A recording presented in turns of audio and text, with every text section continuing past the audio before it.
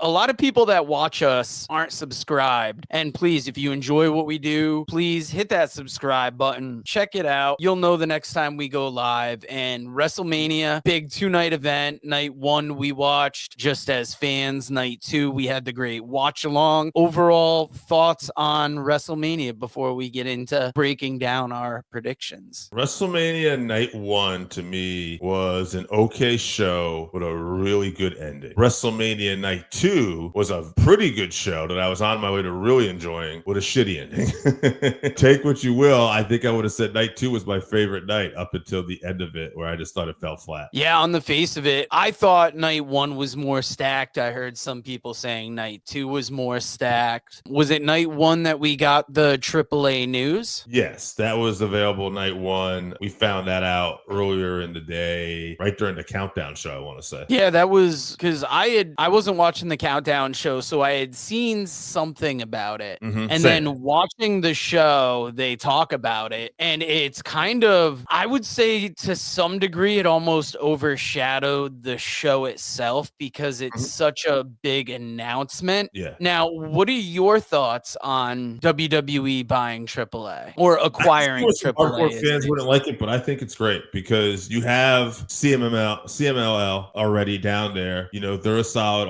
luchador promotion, and AAA, from everything I've seen and heard about, I don't get to watch a ton of AAA, but is not like a very traditional luchador promotion anyway. You know, they have a lot of different matches they do, characters. I know Conan has talked about on his podcast that, he tries to make it a little more show business with, the past elements as well. I think it'll be good for the fact it's going to put more eyes on AAA. AAA will probably end up being on maybe a streaming service like Peacock or Netflix or something. You're going to see AAA talent on NXT, maybe even Vikingo ends up actually being involved in one of the matches here at WrestleMania, right? And what I look forward to really seeing is, I don't know if we'll get this at When Worlds Collide, but I think we're going to eventually be building towards a big event where you're going to see a talent like Vikingo versus somebody like a Rey Mysterio. You're going to see the Lucha Brothers. Like, they were joking on their podcast, on the Keeping It 100 podcast with Conan, but El Grande Americano versus Rey Fenix will headline Arena Mexico. But that's not really that silly. That could happen because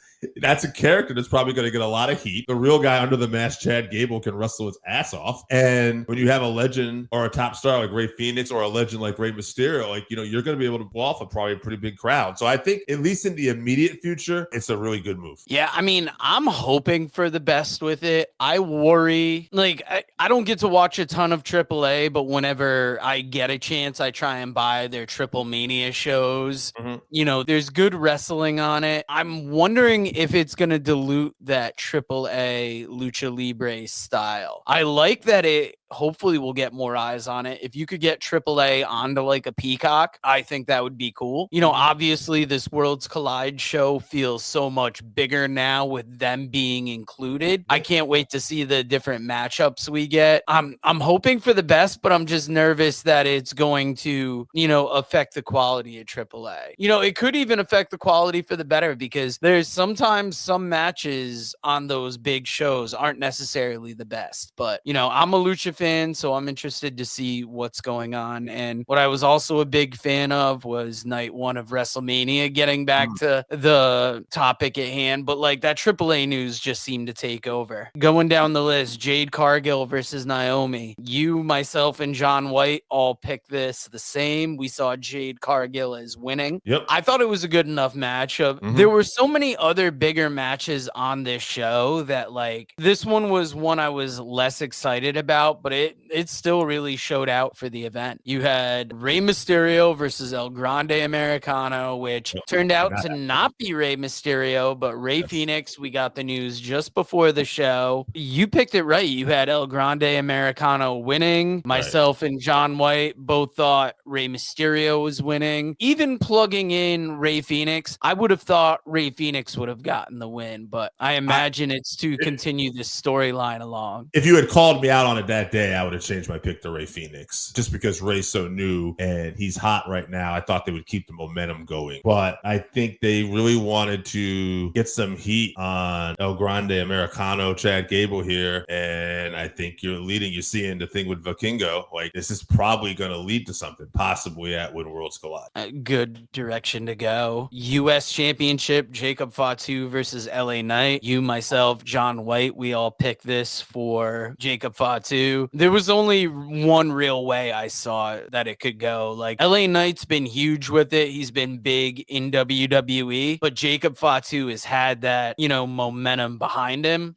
It was hard not to see him taking that championship home. All gas, no brakes, baby. Fatu. World Tag Team Championship, New Day versus War Raiders. You and I picked this wrong. John White picked it right. I was kind of surprised by the New Day win here. I was not as we got closer. I don't know why. I just got this vibe that things were going to change. But yeah, leading into this, I just felt like it was the War Raiders all day. They had done a good job of rebuilding them as like the top tag team. But there's something about this New Day heel team that I don't know. I don't know who's going to dethrone them. That's a good question. I'll tell you who didn't dethrone Tiffany Stratton, and that was Charlotte Flair for that WWE Women's Championship. You, myself, and John all called this for Tiffany Stratton. I mean, I saw no other way because she had just won it recently. She's been doing great since coming to WWE. I don't know. And when all that stuff popped off between her and Charlotte, I think it was getting more attention on this. But it's like, what were you really going to gain with Charlotte getting that championship back? I think Tiffany would have gotten more from the win, and that's why she got it here. Yeah, no, good to see Tiffany continue to move on. She's the right choice. She's the star of the future right now. Jey Uso versus Gunther, the match that kicked off the show for that World Heavyweight Championship. Jey Uso got the win. That place went wild. You, myself, and John all called this as well. Yeet. Yeah, got to go with Jey Uso. It was his time. All that merch he's selling, all that crowd reaction. Jey Uso is the man. And I'll talk a little bit about this real quick, kind of before we get into night two. Well, the main event of night one and everything too, because we won't really have a chance today. But the follow-up here, where,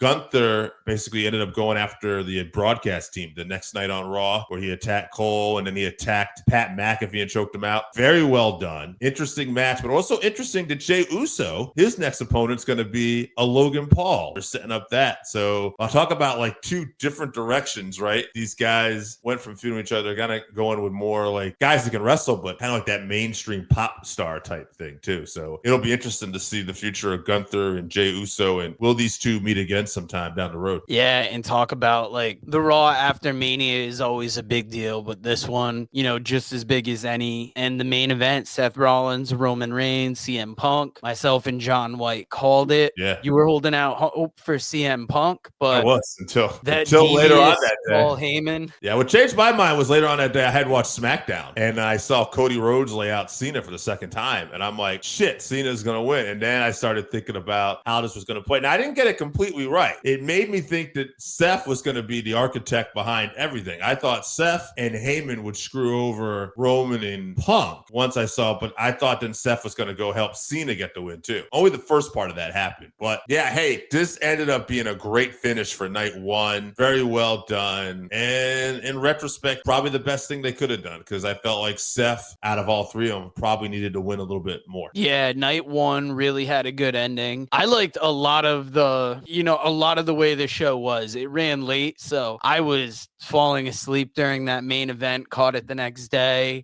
Best way to end a show. If you guys enjoyed what you saw, please hit that subscribe button. A lot of the people that watch us aren't subscribed, and it would just mean the world to us if you subscribe.